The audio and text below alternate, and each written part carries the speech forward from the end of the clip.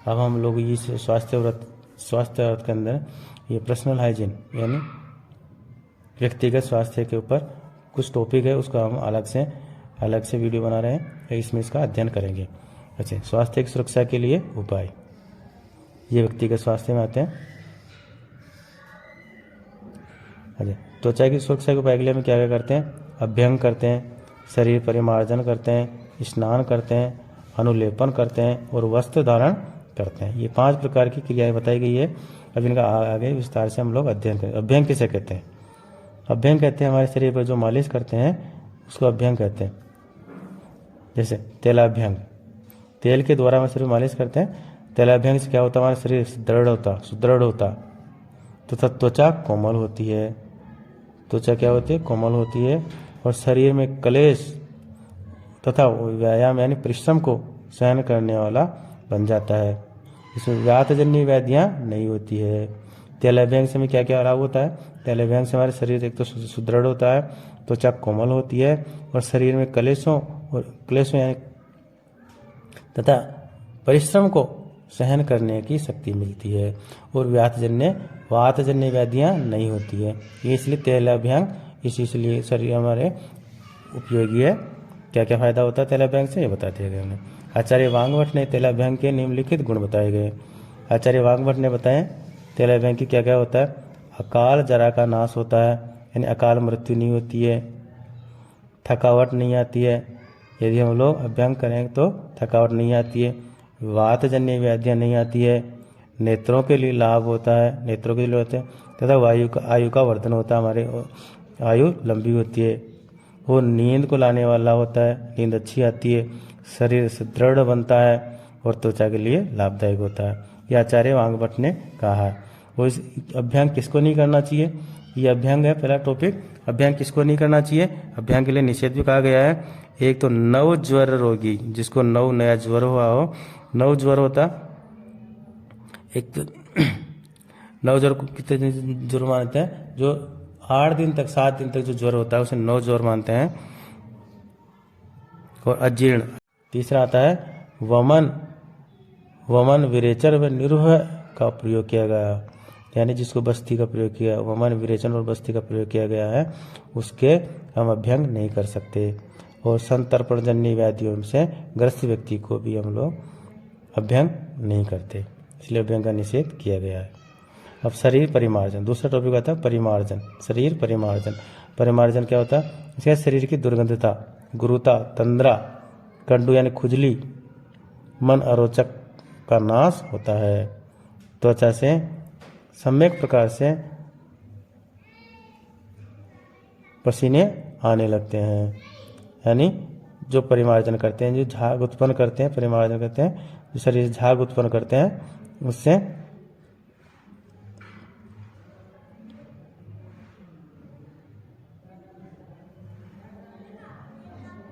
हमारे क्या शरीर से दुर्गंधता का नाश होता है, गुरुता, तंद्रा, खुजली, मन में अरोचकता, ये नाश होता है। इस प्रकार से सम्यक प्रकार से पसीना आने लगता है। उद्वर्तन कहते हैं उपटन लगाना, जैसे जौ का, सरसों का आदि के कण के तेल में गर्म करके शरीर के अंगों के ऊपर उद्घर्षण करना उद्वर्तन कहलाता है।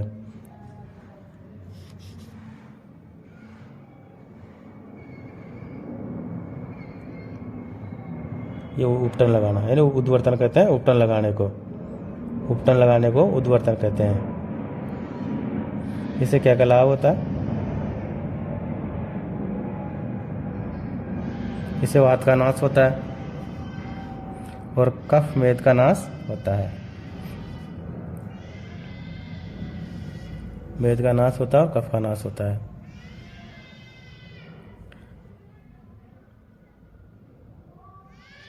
ये परिमार्जन के ही परिमार्जन बता रहे हैं। परिमार्जन कहते हैं जी, परिमार्जन के अंग पार्ट्स है ये उद्वर्तन हो गया, उद्घर्षण हो गया और फेनक हो गया। ये 3 प्रकार के हैं इसमें। तो हम लोग इसी में करें शरीर परिमार्जन के लिए किस प्रकार से परिमार्जन करेंगे? परिमार्जन करने के लिए सबसे पहला बताया हमने उद्वर्तन यानी उपटन लगाना। दूसरा होता है उद्घर्षण यानी औषधीय चूर्ण को बिना तेल के अंगों पर मलना उद्गर्षण यानी उत्साधन कहलाता है। उत्कर्षण कहलाता है यानी औषधि चूर्ण को लगाना।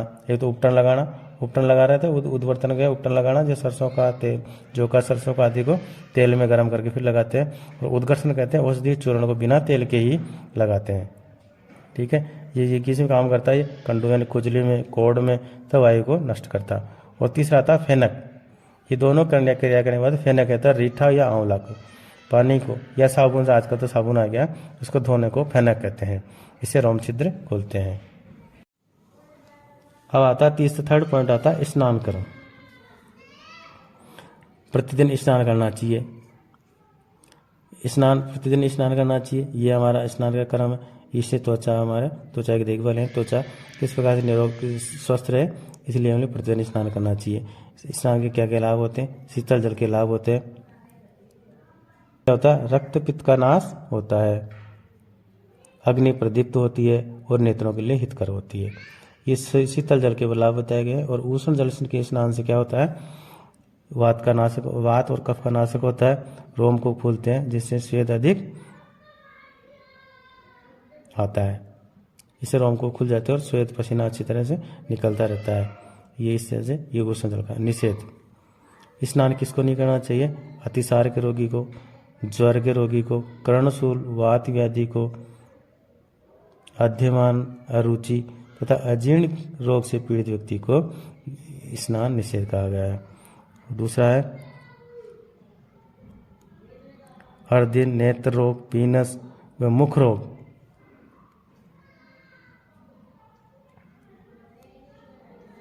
इनको स्नान नहीं करना चाहिए। सिर धोए बिना स्नान नहीं करना चाहिए। स्नान करने से पहले सिर को धोना चाहिए। और नग्न होकर स्नान नहीं करना चाहिए। कपड़े पहन करके स्नान करना चाहिए, यानी अधो वस्त्र धारण करके ही हमें स्नान करना चाहिए। वस्त्रों का त्याग करके हमें स्नान नहीं करना चाहिए। चौथा टॉपिक होता है अनुलेपन।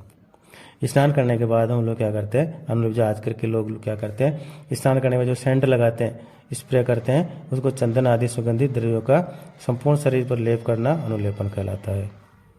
पहले के ज़माने में चंदन आदि सुगंधित द्रव्यों का संपूर्ण शरीर पर लेप करते थे।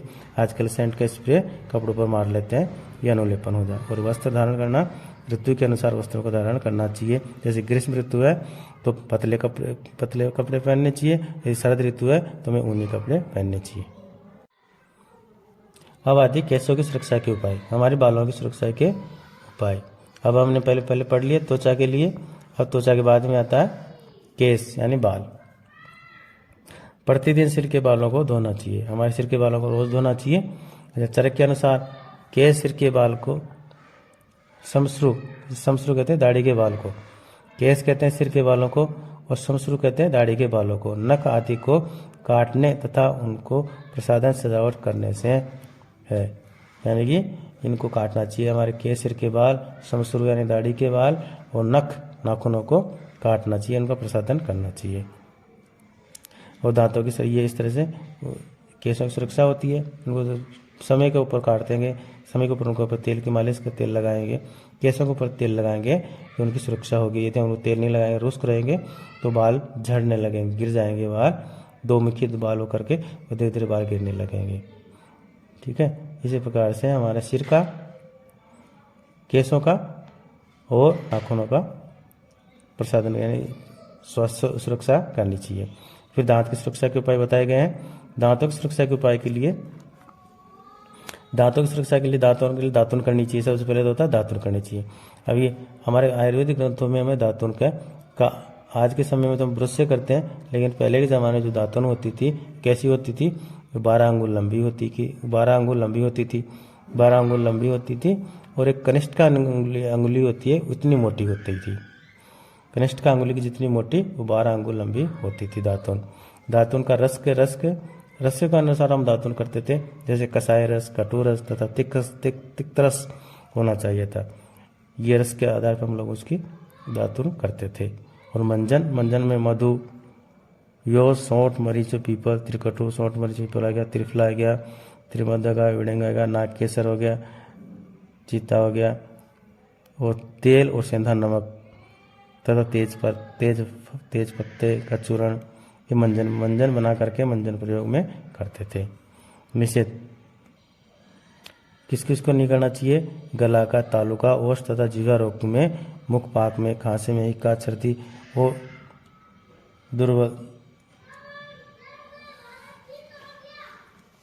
दुर्बलता, अजीर्ण में, मूर्छा रोग में, शिरो रोग में, थकावट में, कर्णशूल में, दंत रोगों में हमें दातुन नहीं करनी चाहिए। और इसी के अंदर हम लोग किस किस की दातुन करनी चाहिए उसके बारे में लोग अभी बताते हैं, क्योंकि क्वेश्चन बनता है इसमें कि दातुन किस किस वृक्ष की करनी चाहिए, तो इसमें हम लोग अभी आपको बताएंगे। अब हमें ध्यान होना चाहिए कि दातुन किस किस वृक्ष की करनी चाहिए, किस किस पौधे की करनी चाहिए हमें दातुन के। इसलिए दातुन किसकी होनी चाहिए? करंज की होनी चाहिए, कनेर की हो सकती है, मालती हो सकती है, अर्जुन की हो सकती है, नीम की हो सकती है, बबूल की हो सकती है और महुआ की हो सकती है। इसका क्वेश्चन बनता है कि दातुन किन किन पौधों की दातुन करनी चाहिए। इसमें अलग अलग रसों के आधार पर भी अलग अलग प्रकार की दातुन बताई गई है। जैसे तिक्त रस की दातुन करें तो किसकी करें? नीम की। कसाय रस की दातुन करें तो किसी करें? बबूल की। और मधुर रस की दातुन करें तो किसी करें? महुआ के वृक्ष की करनी चाहिए। और कटु रस की दातुन करें तो हमें करंज की करनी चाहिए। अब आता है हमारा जीवा। दातुन के बाद आती है हमारे दांत के बाद आती है जीवा। जीवा की सफाई कैसे? जीवा निर्लेखन के द्वारा जीवा की सफाई की जाती है। यानी जीवा को आजकल तो पत्ती आती है, लोहे की पत्ती बनी आती है, उसे जीभ की सफाई करना। पहले के ज़माने में हमारे दातुन को जो दातुन होती थी उसको बीच से लंबवत बीच से दो हिस्सों में बांट लिए जाते थे और उसको लंबाई को अर्ध गोलाकार बना करके जीभ के ऊपर की जो सफाई की जाती थी उसे जीवा निर्लेखन कहा जाता था। आज के समय में रेडीमेड पत्ती बनी हुई, लोहे की पत्ती की बनी हुई आती है, उसको दोनों सिरों से पकड़ करके और जीभ के ऊपर से धीरे धीरे जीभ की सफाई करते हैं, उसे जीवा निर्लेखन कहते हैं। अब होता है गंडूस धारण करना। गंडूस धारण क्या करना किसे कहते हैं? गंडूस और कवल दो प्रकार के होते हैं। गंडूस धारण किसे कहते हैं? जो स्नेह यानी तेल को मुख में धारण करें उसे गंडूस कहते हैं। यदि तेल को कई रोगों के अंदर हम लोग गंडूस धारण करवाते हैं, जो तेल ही होता है नहीं ऑयली होता है उसे गंडूस कहते हैं। और कवल कहते हैं जो स्नेह को मुख में धारण करके उसे मुख में चलाया जाता है। यानी जो हमने जो तेल लिया है उसको मुंह में चलाना यानी उसको मुंह में चलाना उसे कवल कहते हैं। गंडूस को केवल मुंह में रखते हैं और उसको चलाते हैं, उसको धारण करना उसे कवल कहते हैं। उसको चलाना, मुंह को चलाना पड़ता है। स्नेह गंडूस धारण के लाभ क्या होते हैं? इसके आता है हनु यानी जबड़ा के जबड़ा में काम करता है। तथा स्वर को बल जीवा शुद्ध होती है। मुख व कंठ में शुष्कता नहीं आती है तथा होठ नहीं फटते हैं और दांतों की जड़ें मजबूत होती है। ये गंडूस और कवल से ये हमारे को लाभ मिलता है। शीतल एवं उष्ण जल से गंडूस के लाभ भी कर सकते हैं, जैसे कफ कास तथा मल का नाश करने वाला और लघुता लाती है। अब आंखों के लिए करते हैं। आंखों की सुरक्षा के लिए क्या करना चाहिए? आंखों की सुरक्षा लेकर उठने के पश्चात आंखों को प्रक्षालन करना चाहिए। चेरी वृक्षों के कषाय या लोक क्वाथ से आंखों को या त्रिफला से आंखों के क्वाथ से आंखों को धोना चाहिए। या शीतल जल से नेत्रों का प्रक्षालन करना चाहिए। ये तो नेत्रों का धोना ही नेत्रों की सुरक्षा के उपाय करने, नेत्रों को साफ रखना चाहिए। साफ रखने के लिए हमें नेत्रों का प्रक्षालन करना चाहिए। अंजन 5वें या 8वें दिन रसांजन का प्रयोग करना चाहिए। 5वें दिन या 8वें दिन, 5 दिन में 8 दिन में रसांजन करना चाहिए। शास्त्रों के अनुसार अंजन 5 प्रकार के बताए गए हैं। अंजन,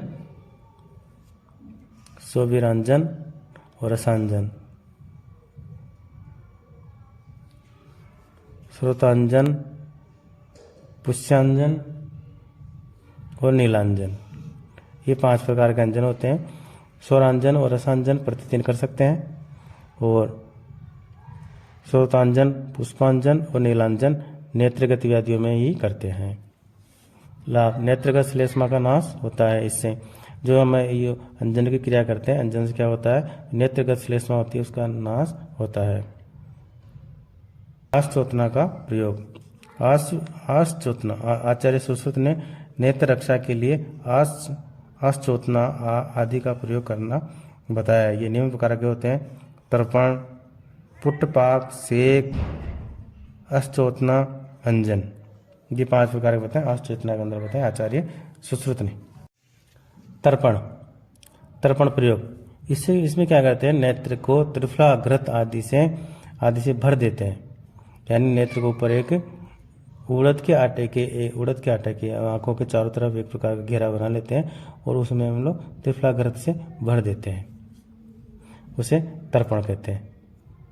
पुट्टपाक, औषधि द्रव्यों को पुट्टपाक विधि से तैयार कर निचोड़कर नेत्रों में भर देते हैं।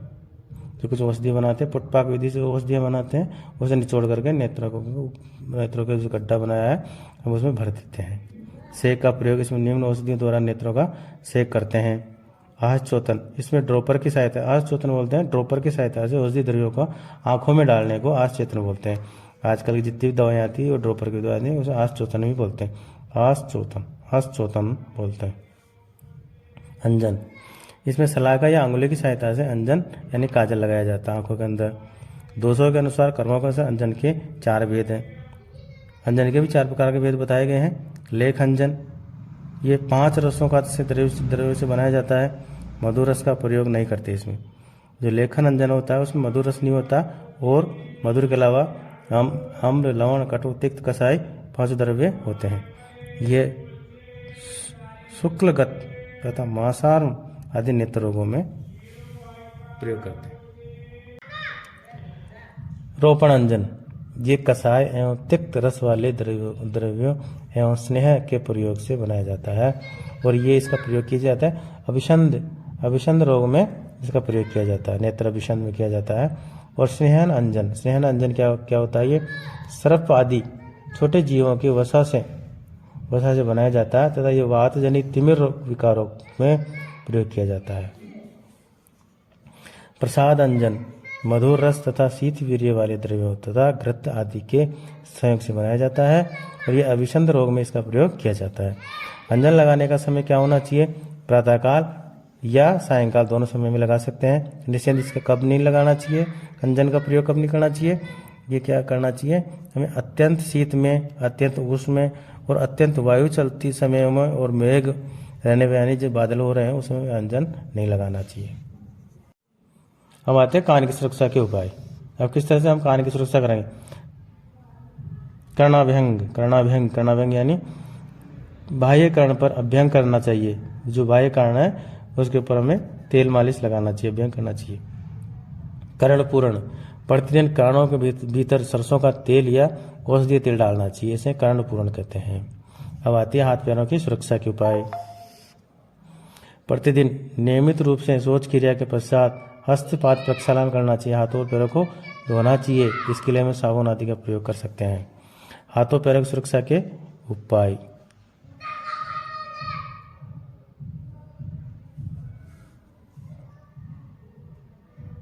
अब आता है निद्रा। निद्रा कहते हैं जीवन में 3 स्तंभ बताए गए हैं। हमें 3 उपस्पंद है, 3 प्रकार के उपस्पंद बताए गए हैं। उसमें निद्रा एक प्रकार का स्तंभ है, उपस्तंभ है। सुख में जीवन के लिए आहार, निद्रा व ब्रह्मचर्य आवश्यक होता है। यह शरीर की वृद्धि व विकास में आवश्यक है।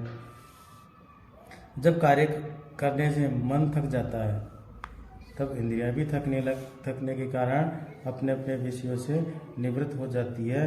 तब मनुष्य को नींद आती है।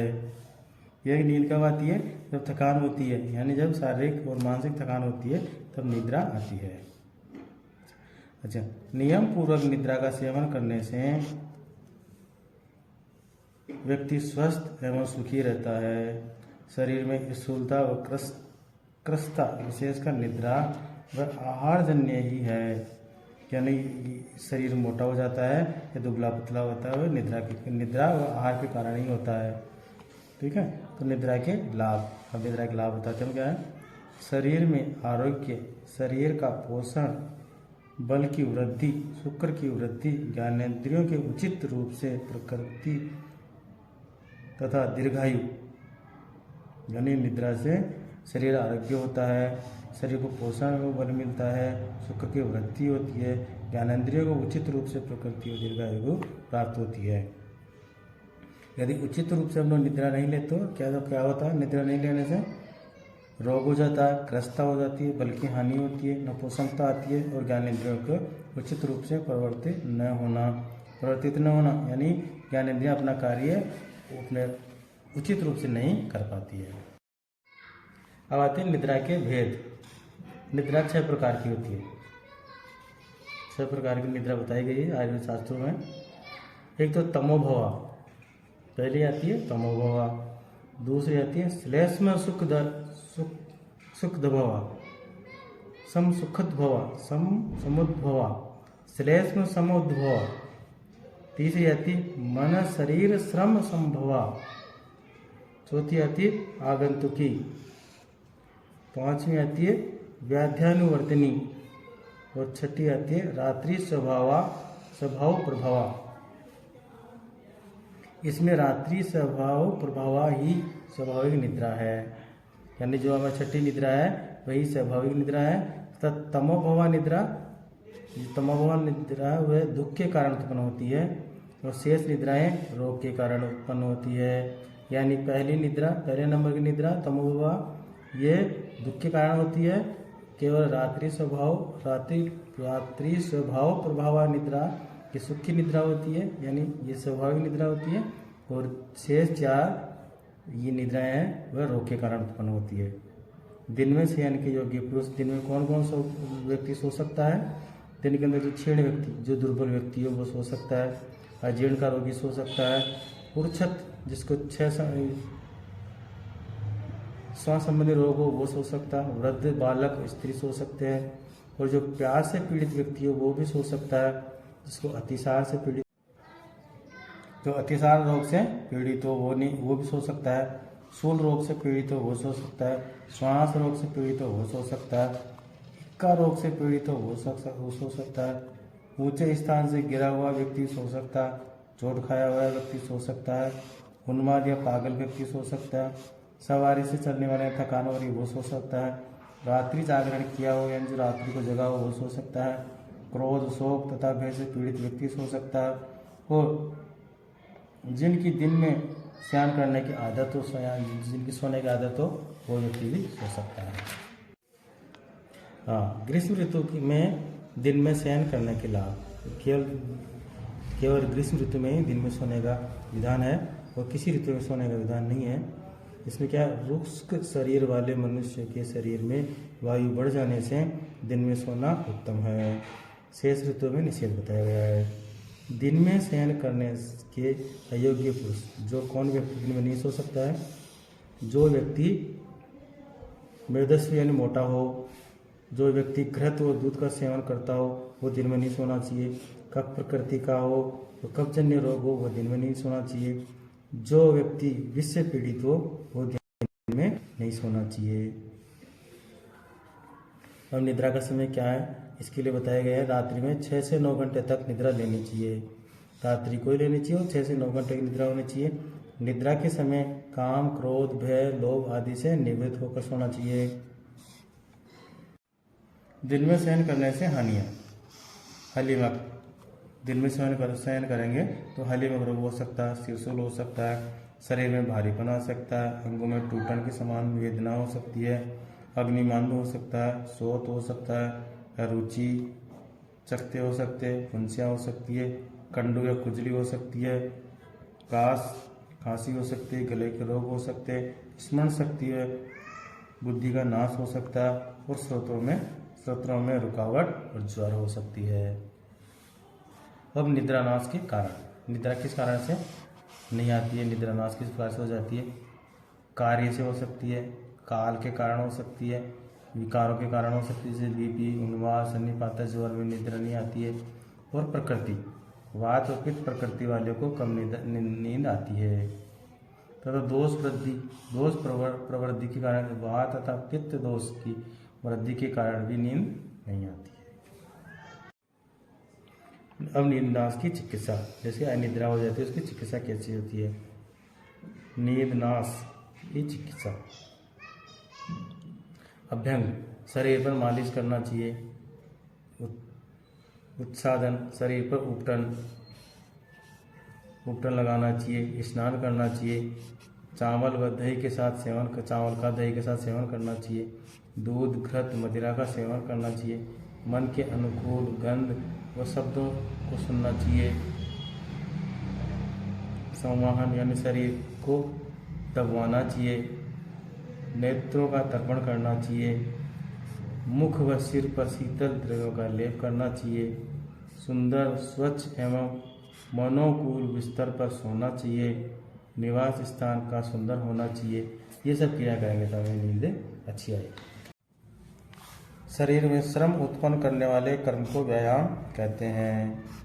आचार्य सुश्रुत के अनुसार जो कर्म शरीर में स्थिरता व बल प्रदान करे उसे व्यायाम कहते हैं।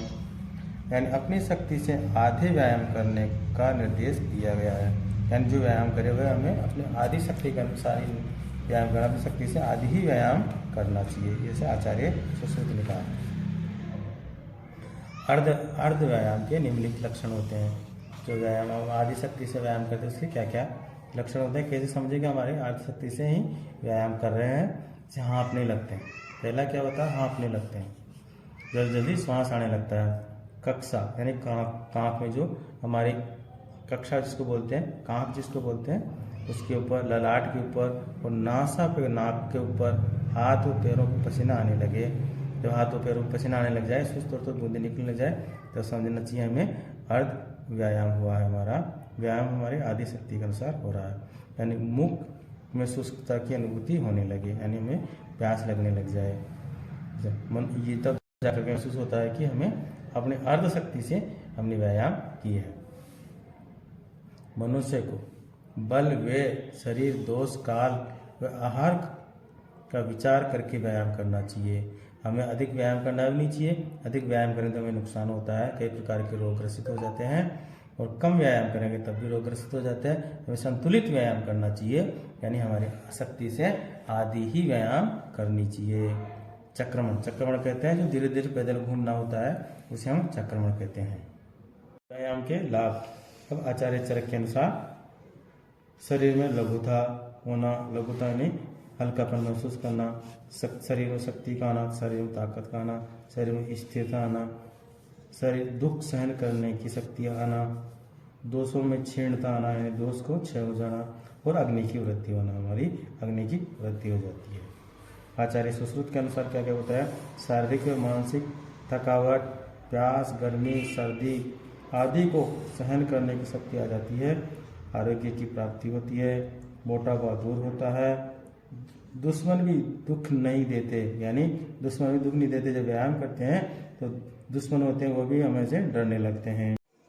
और एकाएक जरा अवस्था नहीं आती, यानी एक साथ बुढ़ा नहीं होता, तुरंत बुढ़ा नहीं हो जाता, धीरे धीरे वृद्धावस्था को प्राप्त करता है। शरीर का मांस कठोर व मजबूत हो जाता है। आचार्य भाव मिश्र के अनुसार गुण और लाभ बताए, किस प्रकार के गुण बताए हैं। आचार्य भाव बताते हैं, शरीर का हल्कापन आना, काम करने की शक्ति होना, शरीर का सुंदर होना, प्रवर्त दोषों का क्षय होना, जठाग्नि में वृद्धि होना, शरीर में दृढ़ता आना, रोगग्रस्त नहीं होना, अन्न शीघ्र पचना, शरीर में शिथिलता जल्दी नहीं आती है। इस प्रकार से आचार्य भाव मिश्र ने भी कुछ गुण बताए, लाभ बताए। अब अति व्यायाम की हानियाँ। हमारे अति व्यायाम अधिक करने से क्या क्या हानियाँ होगी। श्रम यानी शारीरिक थकावट आएगी। क्लम कहते हैं मानसिक थकावट को। क्षय यानी धातुओं में क्षीणता आएगी। तृष्णा यानी अधिक प्यास लगेगी। रक्तपित्त हो जाएगी, यानी गर्मी पैदा हो जाएगी। प्रथम श्वास रोग का होना, श्वास रोग हो जाएगी। खांसी का होना और ज्वर का होना, ज्वर हो जाएगा। सर्दी, उबकाई का होना, सर्दी यानी उबकाई का होने लग जाएगी। इस प्रकार से अति व्यायाम से हमें निम्न प्रकार की हानियां होती है। सम्यक व्यायाम के लक्षण। शरीर में स्वेद का निकलना। सम्यक व्यायाम के जब शरीर में स्वेद निकलने लगे तब समझना चाहिए हमें सम्यक व्यायाम हुआ है। श्वास में वृद्धि होना, जब श्वास की वृद्धि होने लगे, शरीर के प्रत्येक अंग में लघुता होना, हृदय की गति तीव्र हो जाना। आचार्य सुश्रुत के अनुसार व्यायाम के निषेध बताए गए। व्यायाम के निषेध है, कौन कौन से निषेध है आचार्य सुश्रुत में बताया। एक तो रक्तपित्त के रोगी को व्यायाम नहीं करना चाहिए, कृष दुबला व्यक्ति को व्यायाम नहीं करना चाहिए, क्षय रोग, टीबी, उर्छत का रोगी हो उसे व्यायाम नहीं करना चाहिए, श्वास का रोगी उसको व्यायाम नहीं करना चाहिए, और काश का रोगी यानी खांसी का रोगी उसको नहीं करना चाहिए। और भोजन के तुरंत बाद, कुछ भी खाने के तुरंत बाद हमें व्यायाम नहीं करना चाहिए। स्त्री प्रसंग से क्षीण व्यक्ति, उसको व्यायाम नहीं करना चाहिए। और भ्रम रोगी, जो भ्रम से मानसिक रोग से पीड़ित हो, उसको व्यायाम नहीं करना चाहिए। आचार्य चरक ने निषेध बताया, ऊपर बताया आचार्य सुश्रुत ने बताया, अब आचार्य चरक ने बताया क्या क्या बता रहे हैं। अधिक मैथुन करने वाले व्यक्ति को व्यायाम नहीं करना चाहिए, अधिक बाहर व्यायाम करने वाले व्यक्ति को व्यायाम नहीं करना चाहिए, थकान में व्यायाम नहीं करना चाहिए, मानसिक विकार के रोगी को व्यायाम नहीं करना चाहिए, बालक व वृद्ध व्यक्ति को व्यायाम नहीं करना चाहिए, वात प्रकृति वाले व्यक्ति को व्यायाम नहीं करना चाहिए, उच्च स्वर में बोलने वाले व्यक्ति को व्यायाम नहीं करना चाहिए, भूख एवं प्यास से पीड़ित व्यक्ति को व्यायाम नहीं करना चाहिए। इस प्रकार से व्यायाम के निषेध बताए गए हैं। अब हम लोग दूसरा टॉपिक लेते हैं, विश्राम, निद्रा, व्यायाम और विश्राम। अब हम विश्राम के ऊपर करेंगे। विश्राम का महत्व, शारीरिक एवं मानसिक क्रियाधिक्य के कारण शारीरिक और मानसिक शक्तियों के ह्रास होने से कई प्रकार के रोगों से ग्रस्त हो जाते हैं। इस ग्रास की पूर्ति स्वाभाविक रूप से विश्राम से ही संभव होती है, यानी जो हमारी क्षय हुई है ऊर्जा, वह हमें स्वाभाविक शक्ति कैसे मिलती है, निद्रा से ही, विश्राम से ही हमें प्राप्त होती है। अब आती है विश्राम की परिभाषा। परिभाषा क्या है विश्राम की? शारीरिक व मानसिक क्रियाओं के द्वारा शरीर व मन में उत्पन्न थकान को दूर करने के लिए जो क्रिया की जाती है उसे विश्राम कहते हैं। यानी जो शरीर और मन में जो क्रिया के द्वारा, उनकी जो क्रियाएं शारीरिक और मानसिक क्रियाओं के द्वारा जो उनमें थकान उत्पन्न हुई है, उस थकान को दूर करने के लिए जो क्रिया की जाती है उसे विश्राम कहते हैं। अब विश्राम के भेद हैं। विश्राम के दो प्रकार का भेद बताए गए हैं, एक तो शारीरिक विश्राम, दूसरा मानसिक विश्राम। अब शारीरिक विश्राम के बारे में पढ़ते हैं। शारीरिक विश्राम कहते हैं शारीरिक अंग प्रत्यंगों को उनकी क्रियाओं से रोककर शिथिल कर देना ही शारीरिक विश्राम कहलाता है। इसमें 10 इंद्रियां की क्रियाओं को रोकना है। अब आता मानसिक विश्राम। मानसिक विश्राम यानी मन का विश्राम होता है। मन क्या करता है? सभी ज्ञानेंद्रियों, कर्मेंद्रियों के प्रणेता तथा नियंता कहा गया है। मन को कहा गया है, सभी ज्ञानेंद्रियों को, कर्मेंद्रियों का नियंता कहा गया है। जब मन जब इंद्रियों के साथ संबंध होता है तभी इंद्रियों अपने विषयों को ग्रहण करने में समर्थ होती है। इंद्रियों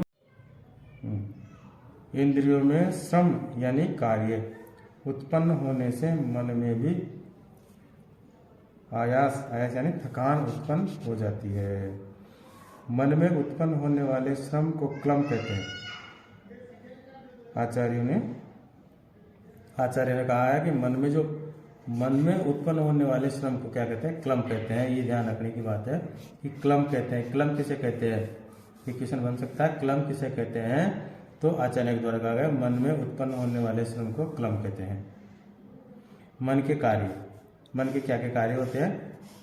चैतन्य यानी चिंतन करना, विचार करना, ऊह्य यानी उपोहा करना, ध्येय ध्यान करना और संकल्प करना, ये मन के कर्म है। इन कर्मों का निरंतर करते रहने से जब मन में क्लम उत्पन्न हो जाता है तो उसको दूर करने की क्रिया को मानसिक विश्राम कहते हैं। मानसिक विश्राम की परिभाषा हो गई। ये मानसिक विश्राम की परिभाषा हो गई। अब आती है विश्राम का मुख्य साधन क्या होता है? निद्रा। विश्राम का सबसे मुख्य साधन किसको बताया गया है? निद्रा को बताया गया। निद्रा से क्या होता है? शारीरिक और मानसिक विश्राम का अच्छा साधन बताया गया है। विश्राम के अभाव से उत्पन्न होने वाले रोग क्या क्या रोग होते हैं? बल क्षय, बल का नाश हो जाता है, क्रस्ता आ जाती है, दुबलापन आ जाता है, नपुंसकता इंपोटेंसी आ जाती है और इंद्रियों का कार्यों में प्रवृत्त न होना, इंद्रियां अपना कार्य नहीं कर पाती है। अच्छा, अब विश्राम के गुण बताए गए हैं। विश्राम क्या क्या गुण होने चाहिए? विश्रामो बाल कृत स्वेद श्रम जीत स्वास्थ्य प्रद शुभ, यानी ये श्लोक बताया गया है इस प्रकार से। अर्थात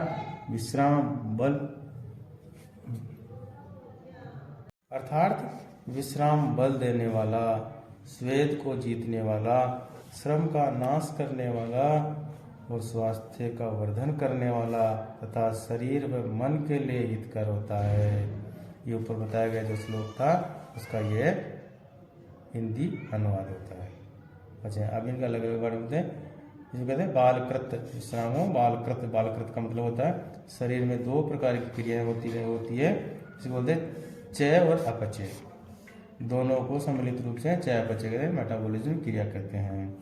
चय क्रिया भोज्य पदार्थों को सूक्ष्म रूपों में परिवर्तित करना जिससे उनका अवशोषण हो सके। आंतों में जब हम लोग खाना खाते हैं उसके छोटे छोटे टुकड़े हो जाते हैं। उन छोटे छोटे टुकड़े कहाँ से होते हैं? पहले दांतों से होते हैं, उसके बाद आमाशय में जाता है। आमाशय में जाने के बाद वहाँ पेरिस्टोलिक मूवमेंट के द्वारा वो अच्छी लुब्धि बन जाती है, और लुब्धि बनने के बाद में वो चयापचय क्रिया होती है। इस प्रकार को सूक्ष्म रूप में परिवर्तित हो जाती है, उसका अवशोषण की चय क्रिया बोलते हैं। और अपचय क्रिया किसे कहते हैं? इसके द्वारा सूक्ष्म अणुओं का विघटन होकर ऊर्जा उत्पन्न कर देते हैं। इसका अवशोषण होता है, अवशोषण के बाद में ये सेल्स में चली जाती है, कोशिका में इसका विघटन हो जाता है चयापचय क्रिया। ये चय और अपचय क्रिया हमारे शरीर से प्रत्येक क्षण चलती रहती है। मेटाबॉलिक क्रिया हमारे यहाँ प्रत्येक क्षण चलती रहती है। यदि अपचय क्रिया अधिक हो जाए और चय क्रिया कम हो जाए तो संपूर्ण ऊर्जा का सारे कार्यों में नष्ट हो जाएगी, और हो जाए तो हमें विश्राम की आवश्यकता हो जाएगी। क्योंकि हमारी जो मेटाबॉलिज्म जो हमारे अपचय क्रिया होती है वो बढ़ती जाएगी, तो चय क्रिया नहीं हो पाएगी, और चय क्रिया नहीं होने से हमारे कार्य थकान हो जाएगी, ऊर्जा नहीं मिल पाएगी, और ऊर्जा नहीं मिलने के बाद थकान हो जाएगी। और इस क्रिया को इसलिए वापस लाने के लिए हमें विश्राम की आवश्यकता होती है।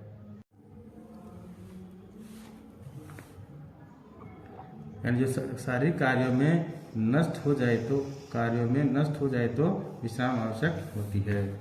जो ऊर्जा थी वो सारे कार्य नष्ट हो जाए तो विश्राम की आवश्यकता होती है।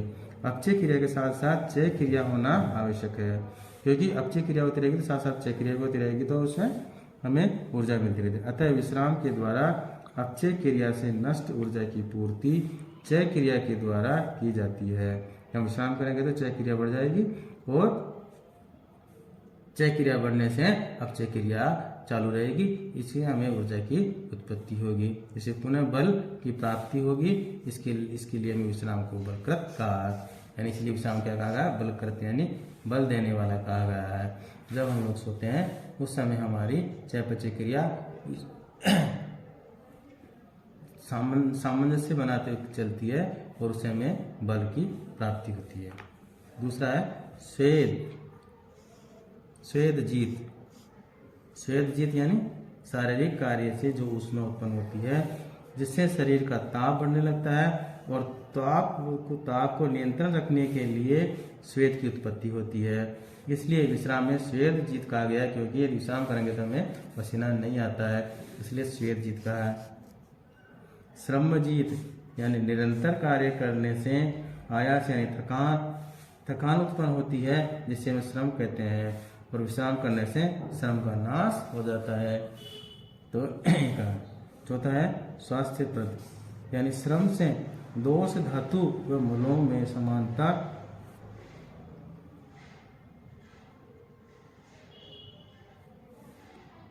नहीं रह जाती, तथा मन क्लम युक्त तथा इंद्रियां श्रम युक्त हो जाती है। इन्हें आराम देने की क्रिया को विश्राम कहते हैं।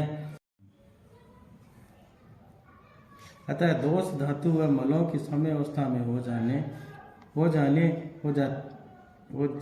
जाएंगे, जिससे स्वास्थ्य बना रहता है। शुभम, विश्राम से मन तथा इंद्रियां प्रसन्न रहती है। दोष धातु तथा मल अपने कर्म सम्यक रूप से करते हैं, अतः यह शरीर के लिए हितकर होता है। और विश्राम से हानियां, विश्राम से क्या हानियां होती है? यदि उचित विश्राम से किया गया विश्राम स्वास्थ्यप्रद है, और परंतु अनुचित तथा अति मात्रा में किया गया विश्राम हानिप्रद होता है। आचार्य चरक ने संतर्पण जन्य व्याधियां होती है। आचार्य चरक ने बताया गया है कि अधिक विश्राम से संतर्पण जन्य व्याधियां होती है। विश्राम की मात्रा व काल के बारे में बताया गया है कि जब शरीर में श्रम करने से थकान उत्पन्न हो जाए तथा मन व इंद्रियां अपने कर्म को करते हुए क्लम का अनुभव करे, उस समय विश्राम की आवश्यकता होती है। ऐसा समझना चाहिए, जब हमारे शरीर में थकान हो जाए और मन में क्लम उत्पन्न हो जाए तब हमें विश्राम की आवश्यकता समझनी चाहिए, और जब थकान दूर हो जाए तब हमें काल समाप्ति समझनी चाहिए। ये नहीं हमें थकान दूर हो गई फिर भी हम लोग विश्राम कर रहे हैं तो वो सही नहीं रहता, और अधिक विश्राम की अति मात्रा हो जाएगी। इसलिए काल का निर्धारण करना हमारे शरीर ही निर्धारण करता है, उसकी मात्रा में हमारा शरीर ही निर्धारण करता है। तो इसका विचित्र समय और काल निर्धारित नहीं किया गया है, केवल हमारे शरीर के अनुसार ही अलग अलग हो सकता है। कितनी थकान हुई है इस हिसाब से कितना विश्राम की आवश्यकता होती है वो अपना शरीर ही निर्धारित करता है। लेकिन हम परमार्थ स्वरूप इसका अधिक सेवन करते हैं तो हमें विश्राम का अति सेवन हो जाएगा, और अति सेवन से अति सेवन जन्य जो व्याधियां होगी उससे हम लोग ग्रसित हो जाएंगे। अब विश्राम की चिकित्सा में उपयोग, विश्राम का चिकित्सा में उपयोग क्या? आयुर्वेद के अनुसार व्याधियों का आश्रय शरीर व मन को माना गया है। आश्रय किसको माना गया है? आयुर्वेद के अनुसार शरीर व मन को माना गया है। मतलब शारीरिक व्याधियों से दोषों में विकार आते हैं, उन्हें साम्य अवस्था में लाने के लिए प्रथम कर्म विश्राम ही है। सबसे पहला कर्म क्या होता है? विश्राम ही होता है। जब साम्य अवस्था में लाते हैं दोषों को तो हम विश्राम करते हैं। शारीरिक व्याधियों से मन अधिक प्रभावित रहता है तथा मानसिक शांति के लिए हमें विश्राम करना आवश्यक है। यानी शारीरिक विश्राम और मानसिक विश्राम से ही हमें व्याधियों के साम्य अवस्था में हमारे जो विश्राम के द्वारा ही हमारे जो दोष व्याधियों से जो दोष उत्पन्न हुए हैं उनको साम्य अवस्था में लाया जा सकता है। ये हमारा चैप्टर समाप्त हुआ। अब नेक्स्ट चैप्टर लेंगे। धन्यवाद।